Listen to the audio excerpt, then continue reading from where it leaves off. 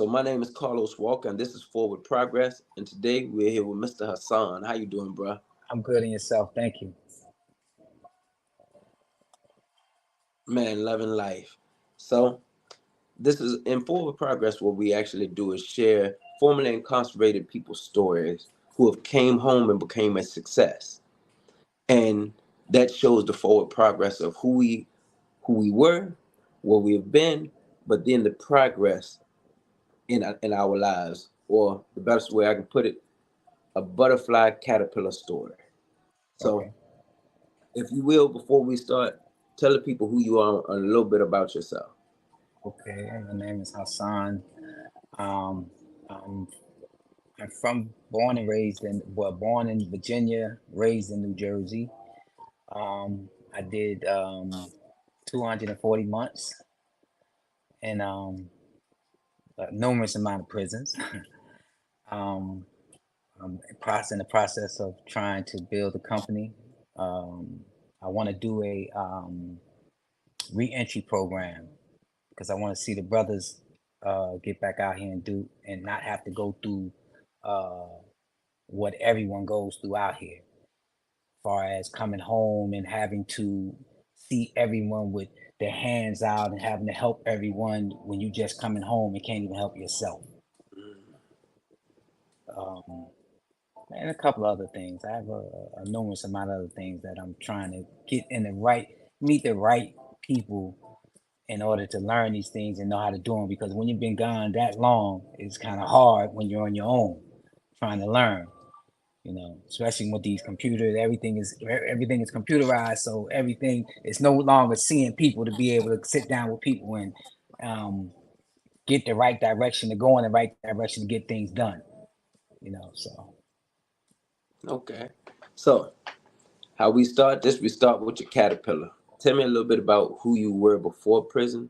You can start okay, at your youth and go up the time that you committed what allegedly committed the act, and then we'll go okay. from there.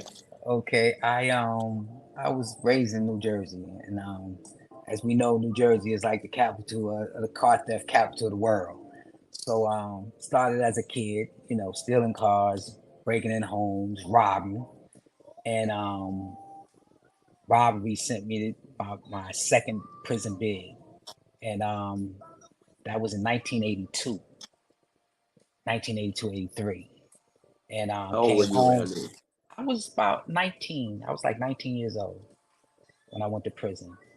And came home. I went to a place called Bordentown, called that the Gladiator School. And from there came home like in 88, 89. During my absence, we had the crack epidemic. So I didn't get to see none of that. By the time I come home, everybody who was kids and everybody that I thought was good kids had come off the porch selling crack. So I'm looking around saying, yo, like, what are these kids doing out here selling this stuff, man? They ain't got no business out here. And my brother told me, he said, yo, man, if they out here, man, you don't say nothing like that, because if they can do it, you can do it.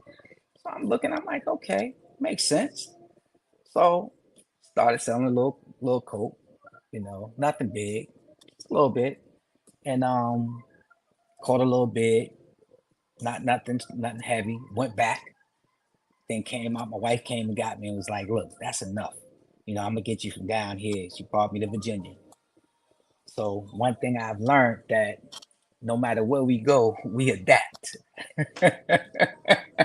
So came down here to Virginia and started meeting people. The man, the high demand. The guy came up to me and was like, I was like, well, how much y'all charge for coke down here? He was like, man, we get 1,200 an ounce. I said, what? We pay 350 in New York. I said, man, listen,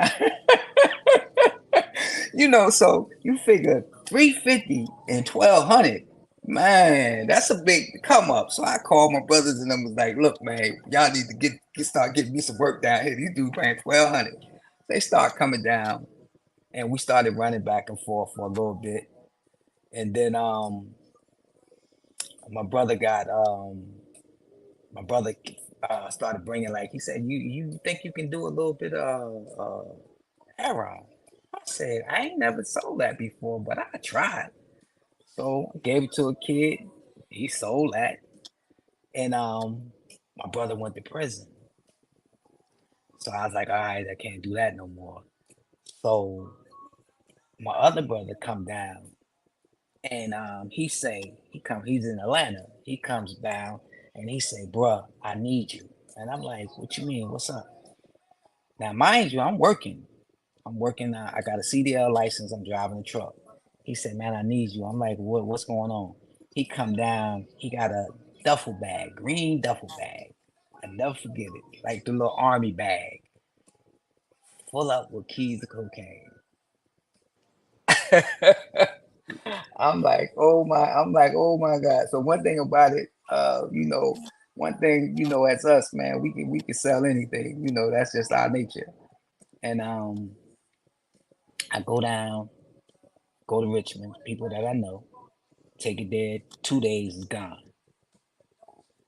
So from that point, he started coming back and forth, and it was okay, nice piece of money, nothing heavy.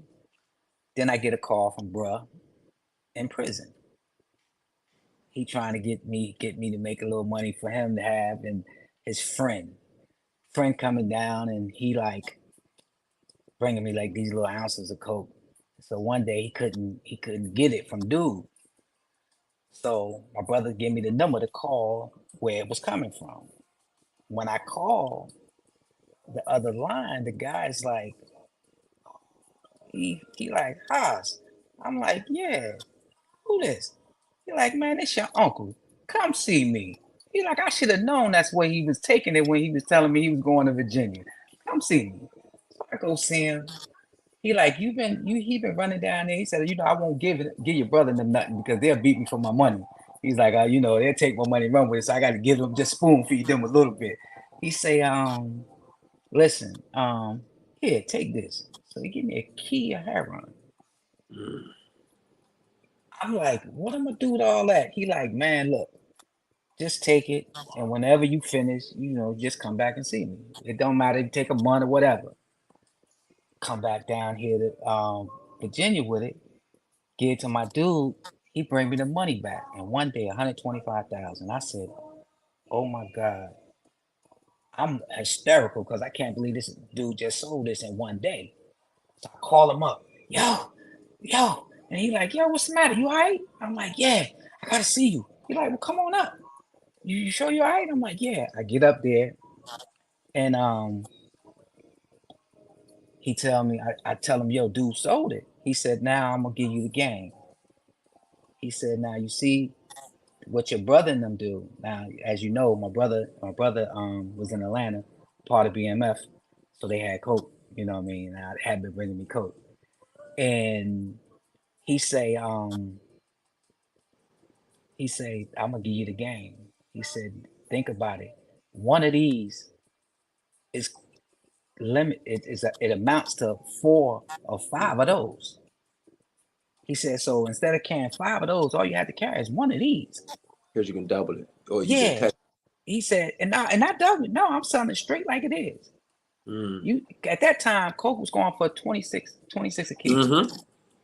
I'm getting 100, and I think now I'm getting 120 a key for this heroin. So he say, listen, I'm gonna tell you like this. This is what you do. He said, your brother and them, I will put your money against their money in 6 months. And if you don't have more money than them, I'll double whatever you have. He said, I want you to take a safe and you put that money in that safe and you don't touch it. All the money you get from this coke, you take that, pay your bills, have your fun with and stuff like that. Now, mind you, he got coke too. He give it to. He Mm-hmm. said, man, I give you that. That's nothing. I don't even want. He said, man, they give me this. He said, so yeah. He said the cats in New York, they give it to him because they want the heroin. Mm-hmm. He said, so I give you. He said, I give you that as much as you want. So now I got coke and heroin from him. That's in New York. That's coming from up that way, Jersey. And I got coke coming from Atlanta.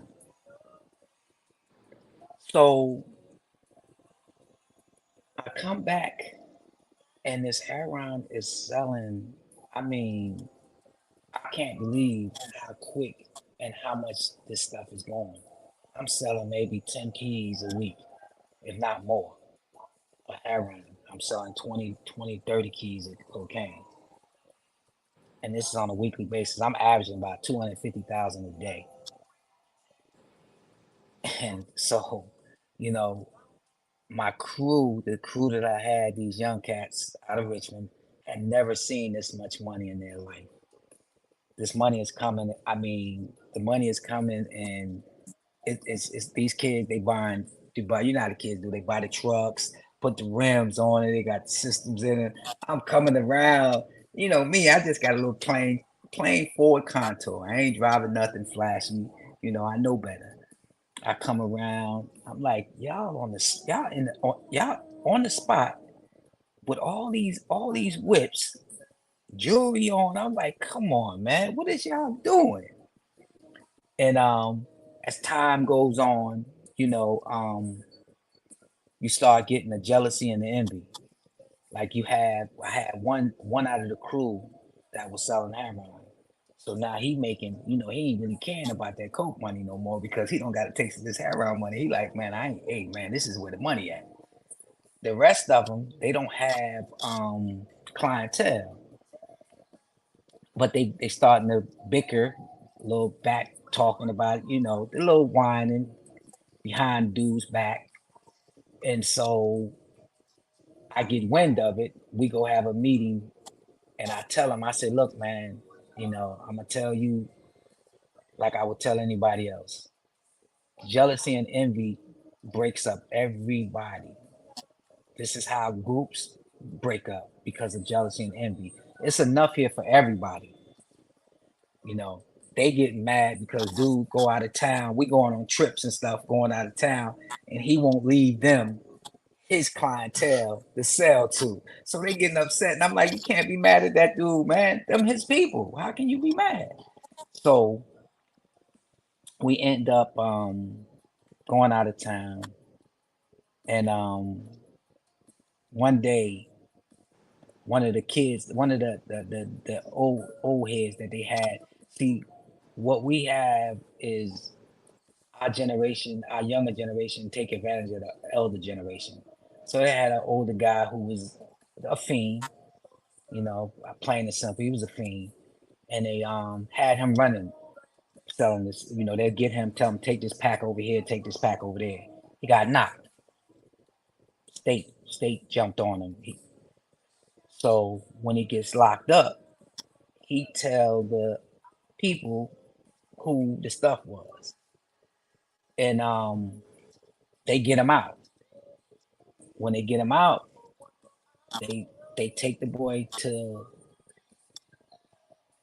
South Carolina, and they say, yeah, he said he didn't tell on you, he didn't tell on B, he just told on these three guys, these four guys. And I'm like, okay, well he didn't say nothing about me. Okay, so he just told something. So that's nothing.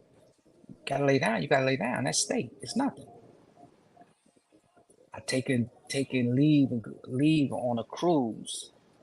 Me and my wife come back from the cruise, go run down there to see them to go give them money, go see what's going on. And it's a girl in the middle of the street screaming. They ain't had to do that. They ain't had to do that. And I'm like, yo, what's going on? They like, dude, Arnie got killed. And she about to shut up for somebody to do her. And I'm like, yo, are y'all serious? I'm like, what you mean he got killed? They was like, yo, he got killed. He came back home and somebody killed him in front of his house. So I leave. We go out, my brother, we go party with the BMF crew. We go down to Florida, go down there and party with them. And one of the kids, we at a party, somebody gets out of line, Spanish cats gets out of line. And when you got 30 people trying to beat up one person, it's always somebody getting hurt. So somebody got hit in the head with a bottle. We go to his funeral. I get a call at the funeral that the feds had raided the stash house, picked up. Got it? Hold up, real quick. Hold up. Mm-hmm. Uh, On me and my partner. hold up. Got it?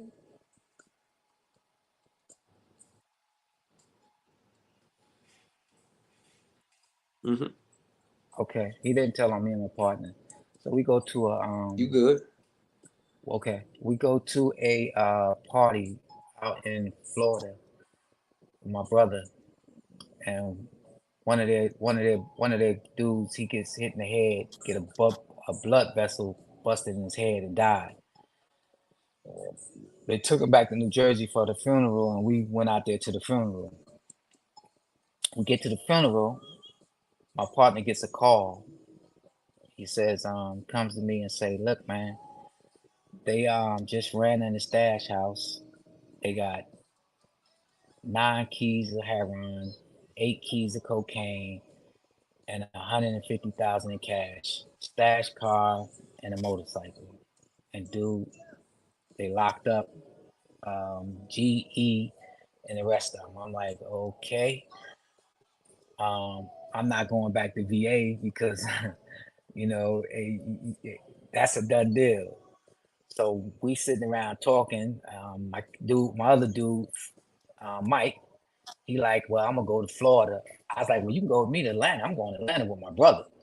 So he's like, well, you can. I'm going down to South Carolina. I was like, okay. My other dude, he was like, man, I'm going back to Virginia. I ain't worried about that. I was like, yo, you what? He's like, I'm going back. I ain't worried about that. So I tell my brother what happened, and he was like, don't worry about it. You come stay with me. I'm kind of really messed up in the head, to be honest with you, because this is a big thing, And when I walk over, I think you met J Rock.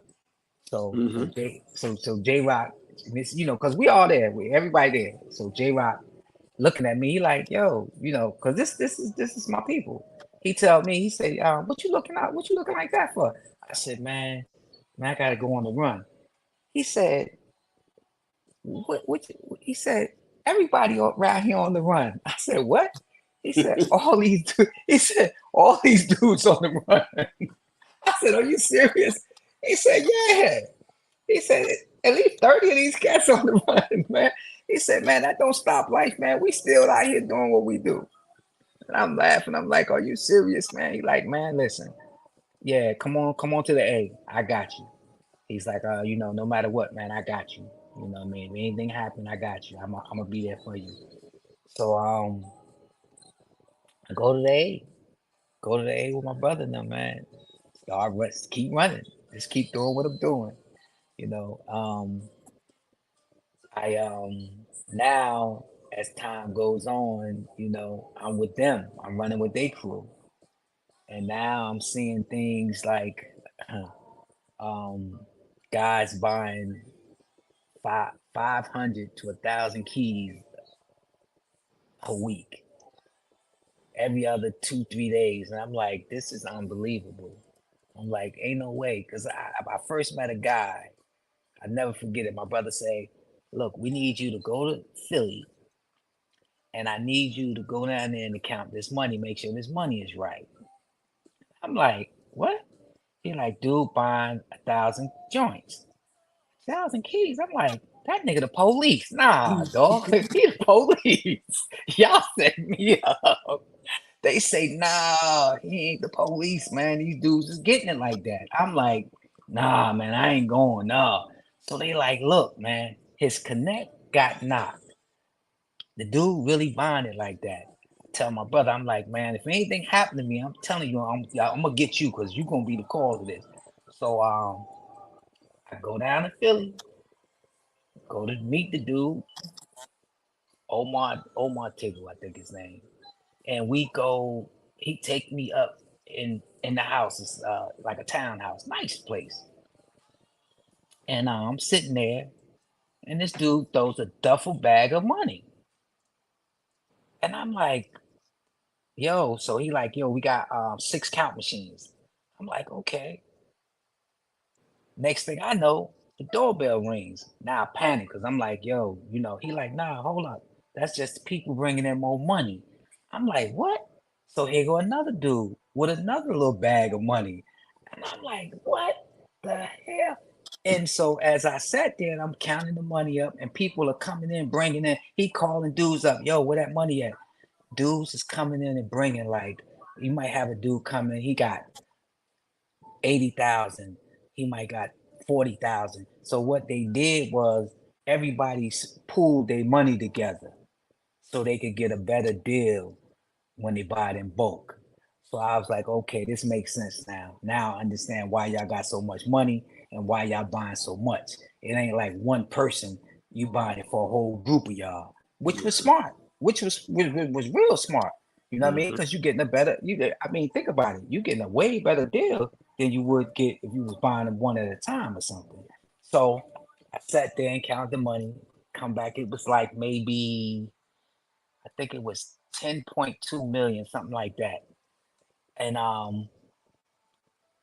we count that up, seal it up, seal it up, send it back to the egg, going on back. Car come in, pull in, give them what they wanted, they stack theirs up and leave. And this was going on. I mean, this was going on for a while, man. This was one dude. They had another one. He was buying 300, 400, going to Pittsburgh. I'm like, yo, where did they meet these guys at, right? So, so I'm in Cali, and now somebody don't stole a key or two that was supposed to be putting the stuff together. So they's like, yo, man, the dude, Baba, his name was Baba, he from Detroit. It's like Baba and or his girl, one of the two, they don't stole a couple of joints, so we not letting them handle that no more. I need you to go to the house and watch the stash house and make sure the count is right, box it up, things of that nature. So now I'm in Cali. I'm living in Cali. Now they don't move me to Cali. Now I'm living in Cali. I got a nice house, swimming pool in the backyard, man, laid out. On the And run. yeah, on the run. And yeah, man. And there, all I gotta do is make sure I keep the count, and box it up, take it to the warehouse, and have put it in the truck to send it back to the A, which was cool. You know what I mean? You getting $10,000 a week just to do that. I'm like, that's all right. I can live with that. And still doing everything. So one day we fly in from Cali, private, you know. Now mind you, we flying private planes everywhere. We fly in from Cali and we go to Strokers at one of them joints. And I'm like, I go in the bathroom and call my baby mother, like, yo, like, what you doing? She's like, nothing. Like, where my son at? She like, he laying over here. I go, okay. She's like, where you at? I'm like, it don't even matter. Like, I'll see you later. Hang up, go back, headed to one of the houses because one thing about it, we had houses everywhere. We had like maybe 5 or 6 houses. So we headed to one of the houses, and me, my brother, and another cat from Detroit. Cat from Detroit, he drunk. Now, when people get to drinking, they don't know how to act. They get to talking crazy. So I want to whoop him. My brother, he got a little chick with him. I got this drunk dude standing next to me, drunk, talking out of that side of his neck. So I want to pull over. My brother, like, no, you won't. No, if the police pull up, boy, you gonna be in trouble. Nah, don't do that. So I get to the house. I say, listen, man, you got a chick with you. I'm not staying here with this drunk joker, man. Go to baby mama house.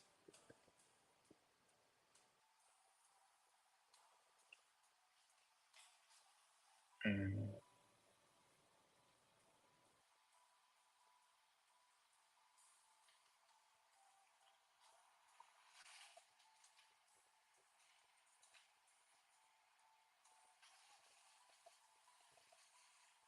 I don't know if you back in or not. Los.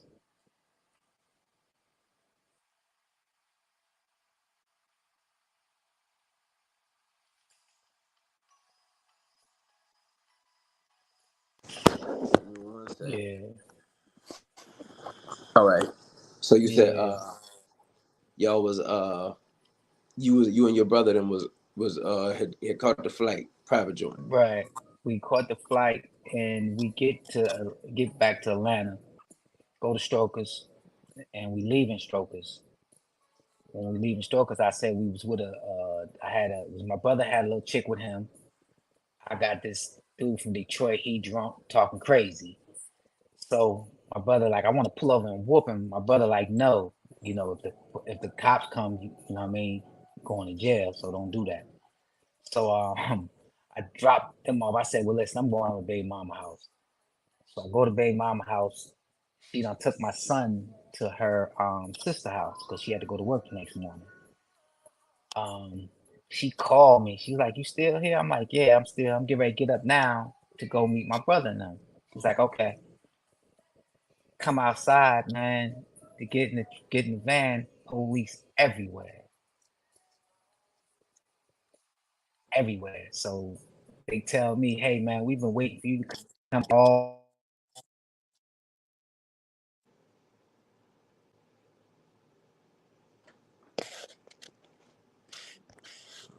I was All right, so the police was everywhere. yeah, I come out there everywhere. So when they snatch me, and throw me to the ground, they tell me who they looking for, and I tell them that ain't me. Look at my ID. So a dude took a look at my ID, seen the name on the ID. He was like, and dude said, standing over me, he said, nah, that's him. He's like, yo, pull up his left sleeve, and in my left sleeve is the tattoo that I got when I was a kid. Mm. And once he said, nah, that's you. Once he said, pull up his left sleeve, and he said, got the snake tattoo. He's like, yeah. He's like, all right, you the right one. So yeah, and that's what happened. It took me to one of the jails in Atlanta. Asked where my brother was at. I was like, none of your damn business. Get the hell out of my face. And and ended up giving me jail therapy. Every institution they would transfer me from one institution to another institution. The lawyer, so the lawyer, by the time the lawyer catch me, they would send me to a new place. Every place they sent me, they were like, no water, no running water. You know what I mean? Put me in a cell with no water and everything. Then finally, after the third spot, I got with the lawyer and then told him what was going on. They finally moved me to a jail with running water. But that was just to send me to so I can be flew back to arraign me and flew back here to Virginia. So now we're gonna move this story forward. Uh, you sitting in jail. How much time did they actually give you? They gave me 20 years, So they gave you 20. You did what? 17 off 20? 16. 16. Okay. So you mess around and get this time. Psychologically, what was your mind at? What was you thinking? You angry at the world. You angry at the world because first and foremost, when they arrest me, when they flew me into Virginia, right? The guy tells me, you got everybody chained up, everybody going for their arraignment. And the guy tells me, "Oh, Mr. Taylor, how you doing? Don't worry about nothing. We got about 10, 12 witnesses against you." What when you hear that, what frame of mind can you be in? So you like, man, this dude don't know what he's talking about.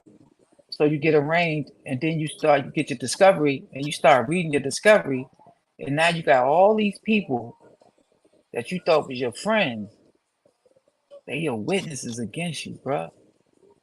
So now you at a frame of mind that you angry with the world because you know what I mean. These cats, they actually telling on you. Then you looking around you, and it's people coming in the jail system that are coming back to jail to tell on people.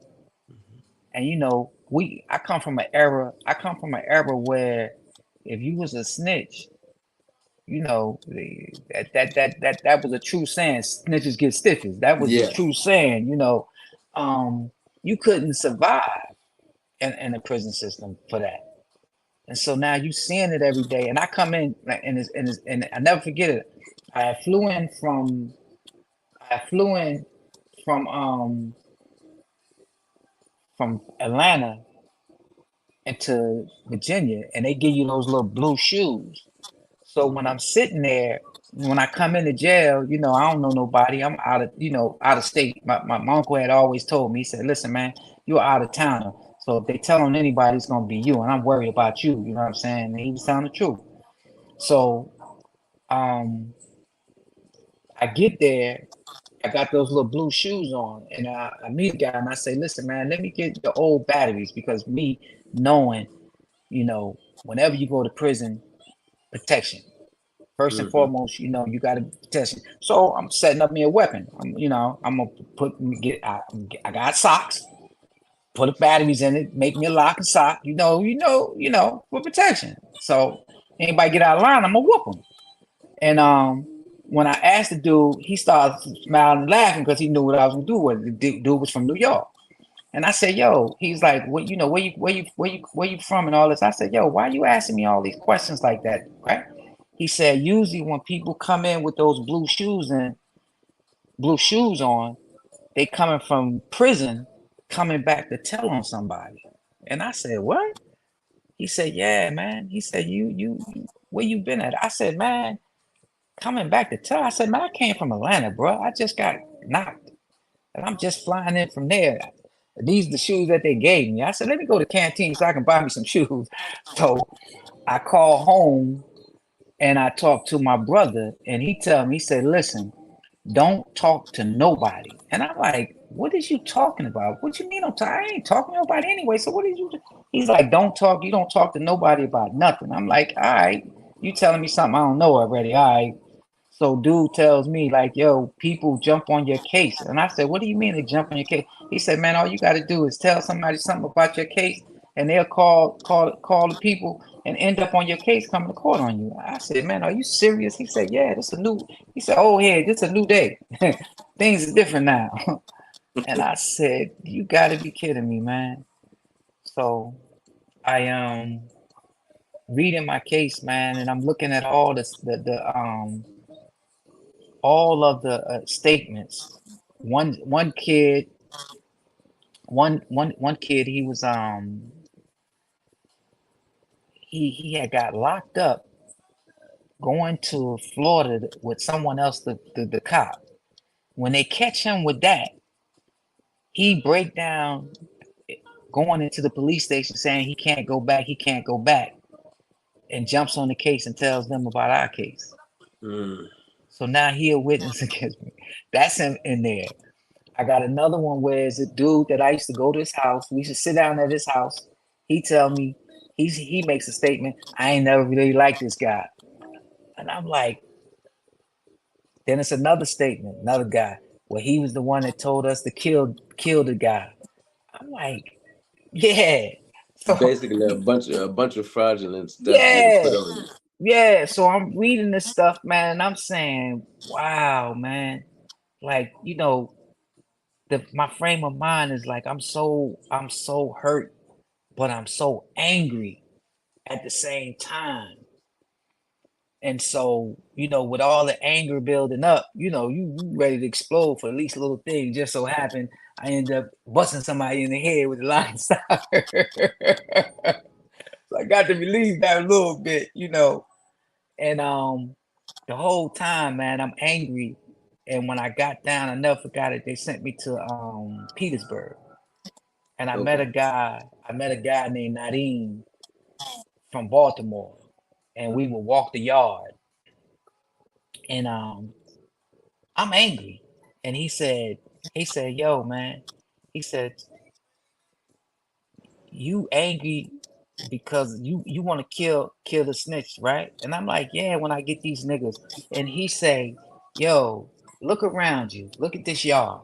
He said, "You gonna kill everybody in here? Cause all of them is snitches in here. So Mm-hmm. you gonna kill all of them?" And I said, "What?" He said, "Yeah, all them dudes right there, all them are snitches. They all of them telling." He said 90% of the cats walking on this compound is rats. You gonna kill them all? And I thought about it. I said, damn, this is crazy. So I found out that you want to be in a pen because at least in a pen you ain't got to worry about dealing with that mentality. But once you in the pen, right, You got yeah, you got to deal with a whole nother beast. you it's a whole nother animal. Like I tell people, okay, when I'm in the pen, when I step out my room, right, I can feel the tension in the air. I said, you don't know what it's like to come out your room and you can feel the anger and the hatred in the air. I'm like, yo, that's a hell of a thing, man. And so it's like, nah, I don't want to be in here. I got to get out of here because I want to be where at least where I want to be in a situation where, okay, yeah, I'm around a bunch of niggas, but I ain't got to be around them. You know what I mean? So now I'm working towards getting out, getting down in levels. Every level you go to going down, that's what you got to deal with. Then you got Hmm. to deal with, and I never forget it. It was 86. They brought the pedophiles in. I remember they was only in Buckner, but they started bringing them into all the institutions and they put up a memo. I never forget it because I was trying to get to a load in, and they put up a memo, and the memo said, if you harm one of Whole these, few charge. yeah, or either a witness, you will be prosecuted to the fullest. Hmm. And I said, oh my God, so this is what we have to deal with now. So I was like, man, you know what? I got to get out of here. I got to get home because this ain't getting no better. The food is getting worse. The food is getting worse. The people are getting worse. And it was already bad when I got here, but it's getting worse than it was, you know. So let's move a little further because I know from having conversations with you that your mind state changed from getting money to where it's at now. Where in your bed did you come to an epiphany? I got to do better. Okay, as I was angry my whole bit. They used to call me Angry Out. And I went to Texas. I was in the camp and I was getting a little calmer, but they shipped me out to Texas for something that I didn't do. And I was kind of hurt, but then they told me, they said I was too aggressive for the camp. So they sent me to Texas. And when I got to Texas, Texas was someplace like when we on the East Coast, it's all about your state and where you from, which is some Hmm. some some some nonsense. When I got to Texas, they call everyone. They when we came on the bus, they said, "How many of y'all? How many of y'all came?" I said 200. They said, "Nah, how many black came?" I said, "Oh, it was about 10 of us, about 5 or 10 of us, maybe. It wasn't even that many. It might have been 5 of us." And dude was like, only 5. He's like, yeah, well, we're gonna have a meeting in the yard, so come out to the yard. When I got out to the yard, the dude said, yo, listen, man, welcome to Texas, bro. He said, over here, we don't care if you're from New York, DC, we don't that don't mean nothing to us. He said, this is Texas, bro. We want to make sure you make it home. He said, over here is what we go by, is this right here. He pointed Yeah. to his hand color. He said, we go off of color here, bro. He said, if you black, you with us. He said, the Spanish have their people and the whites have their people. He said, and I'm going to tell you right now, so you'll know, if you ain't going to get down, go ahead and lay down.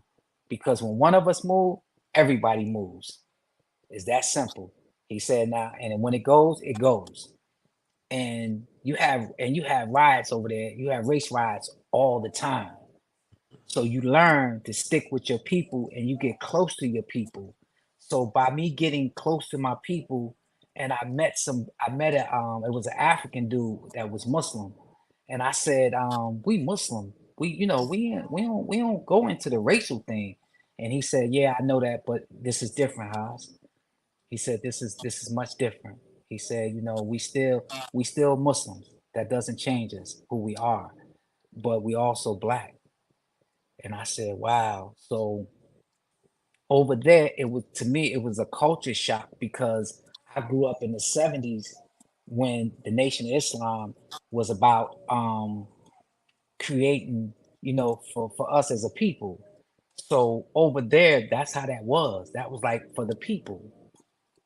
So then I'm starting to learn, like by coming up in the Nation of Islam, we know, I tell people all the time, Malcolm came back from Mecca and said, "Oh, you've been teaching us something that wasn't Islam. Islam doesn't teach hatred." So this Imam, he said the lineage of the prophet from Adam all the way to the prophet. And I had never heard that. And he said it straight from his head, not from a book, not from somebody else's. He's straight from his memory of his mind. And they gave me books to read on the history of Islam. So as I'm reading this book, the dude told me, said, man, listen, man, it's gonna play with your emotions. You're gonna be happy, you're gonna be sad, it's gonna play with your emotions. And as I read and learned, starting to learn things, man, and not only that, at that time, I call home and my wife tell me that she's getting ready to die. Mm. That the cancer came back, but it's not cancer, it's leukemia. So now my mindset is, like I need to be home, and I'm over here where I gotta also focus on my life, not getting killed because the danger of being where I'm at. But as I'm learning this Islam, my my um my mindset is starting to change. The way I'm seeing things and seeing people are starting to change. And so I leave there. I had to fight. I'll never forget it. I'm trying to get out of there, but they trying to keep me there. Population management, and I Mm-hmm. write to I write to Baltimore, and I wish this brother was alive because I owe him a lot. The senator Elijah Cummings, I wrote to this brother and explained to him that they wasn't letting me go back to. I was trying to get home close to my wife, and these people were preventing that because they was trying to tell me management verbal. Also, and I'm telling him like my custody level. And what he does is he write me a letter saying he'll get back to me. He notified them people and told them people get me to transfer me. And they got me up out of there, man.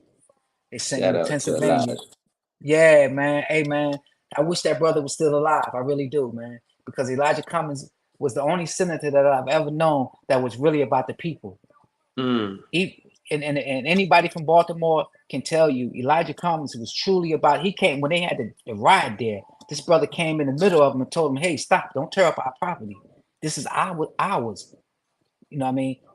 And hey man, I truly love that brother, man. I really wish I had a chance to really had to be able to meet him because he was a good brother that was about us. I haven't met a senator yet that I felt that was about us, and this is what we need. And it's a shame that we don't have that. But they got me out of there, sent me to Pennsylvania. Um, when I got there, I met some brothers that I had met in my early bid, and they wasn't Muslim, and now he was a Muslim, and the brother was an imam, and I was like, whoa, you know. And so I'm getting books.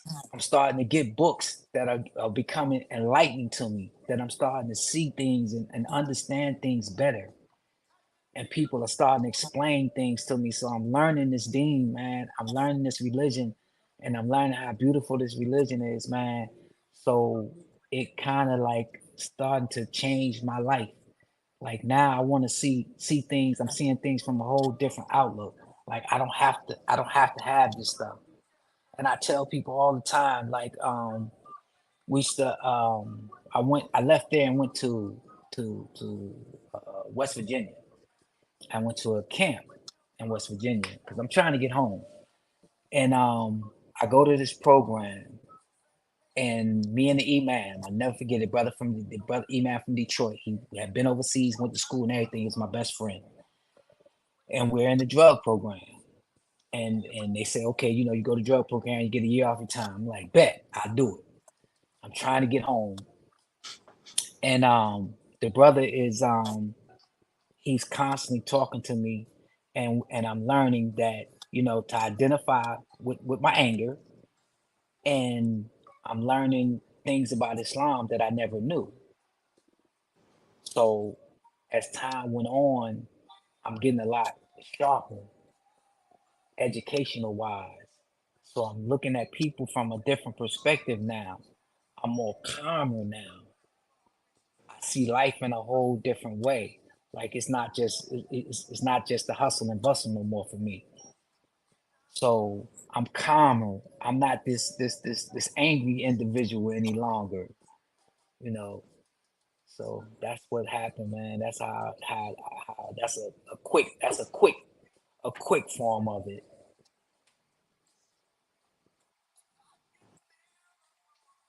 Yeah. So what I'm hearing is your religion's studying, learning Hmm. your religion, learning about life and having the right people around you change the perception of how you view things, and it helped you to be productive towards helping other men in prison. But And now what I want you to and do, and and on top of share all of with that, me how you felt when you came home, the the the and psychological part of that, because I'm okay, assuming your wife passed while you was in, right? I was about to get to that. Because as I'm in this program Did you with hear me? the Iman. Yeah, I heard you. Can you hear me? Can you hear me? Hello? Los,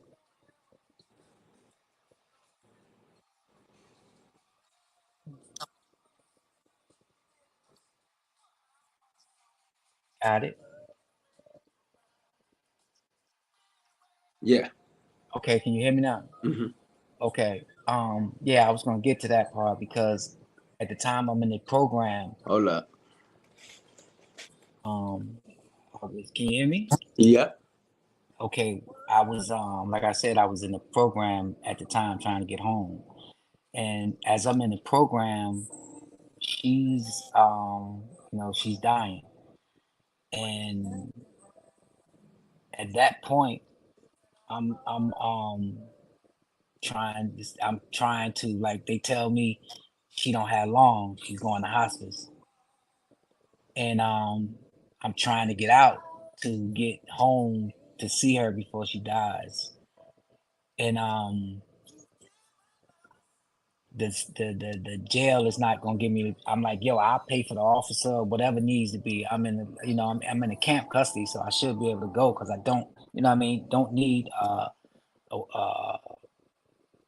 anyone to go with me or anything, but I'll pay for a cop. But they never approved it. And one of the guys that told me, he said, older guy told me, he said, look, man, my son died. They didn't let me go. He's like, so don't get, don't let it upset you. You know what I mean? And I'm trying to get home through the chaplain and everything. And my son tell me, he's like, look, man, you just gonna have to let her, let her go, man, because she trying to hold on till you get here, but she can't, she ain't gonna be able to do it. So I tell her on the phone, I tell her, yo, just go ahead, man. Like tell her I love her, tell her go ahead and rest, man, because I know she tired.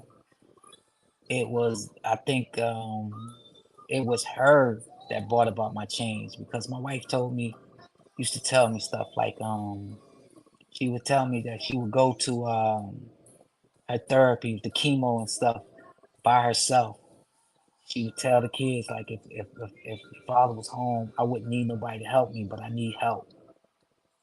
And knowing what she was going through, like that was like that really what brought about the change for me, man. Because knowing how much somebody that you really love, man, goes through what they go through when you're away brought about a change. Because it's like, yo, do you really want that to happen again to somebody that you love? Think about the people around you that you affected by being in a situation like this. So, that more or less like helped me to see things from a whole different perspective, man.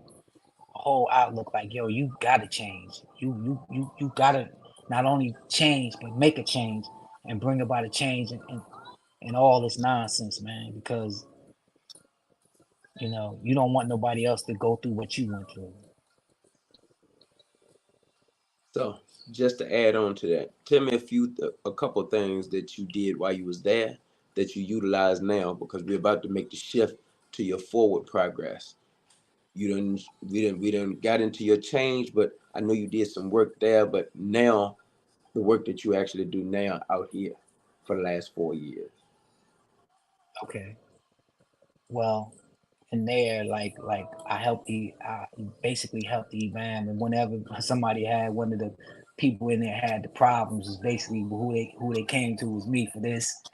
Um, um, I learned a little bit about HVAC and things, but that's not what pushed me. Like I said, what helped me out here, and the same thing that I did in there was helping people. You know, talking to people, man, to make things change. You know what I mean? And since I've been out here, that's what I've been trying to do. I have a young lady who actually is a coordinator for a program nonprofit, and I've been working with her, actually working with her because, like I said, we from in there I had a bunch of ideas of what I wanted to do when I got home, you know, and trying to put it all together from there to learn these things before I got here, like learning more about this religion.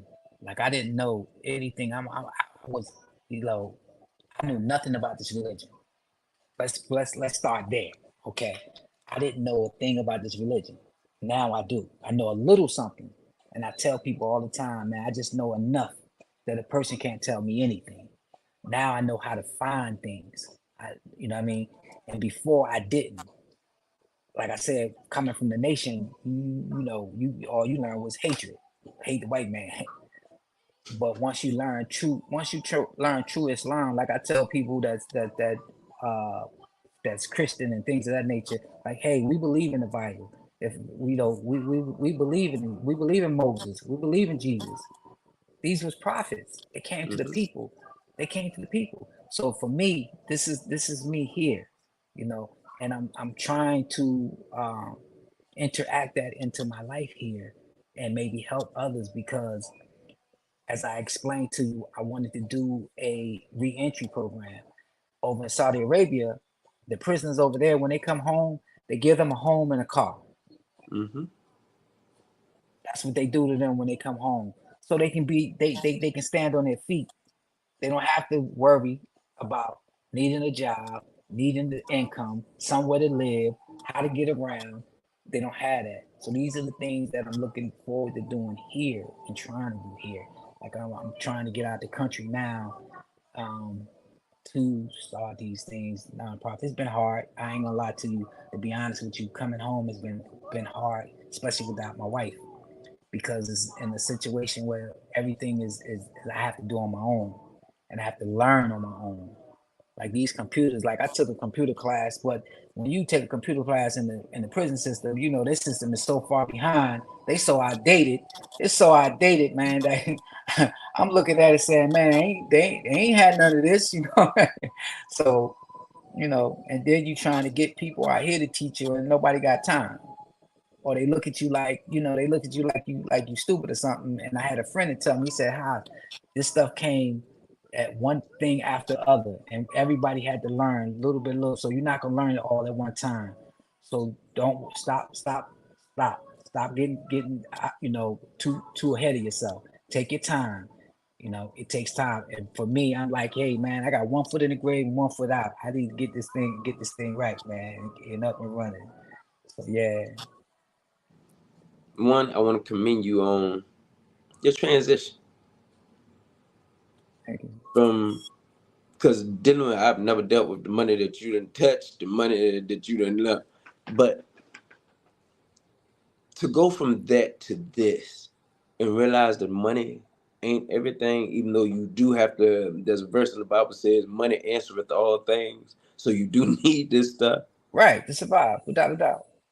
but to make that not your God, as Mm-hmm. unfortunately the world has shifted our minds to think that money is everything. I Mm-hmm. commend you on that. But to learn your, to study what you believe, to dig enough, and or as I like to tell people these days, to go and read the love letter that God done sent you.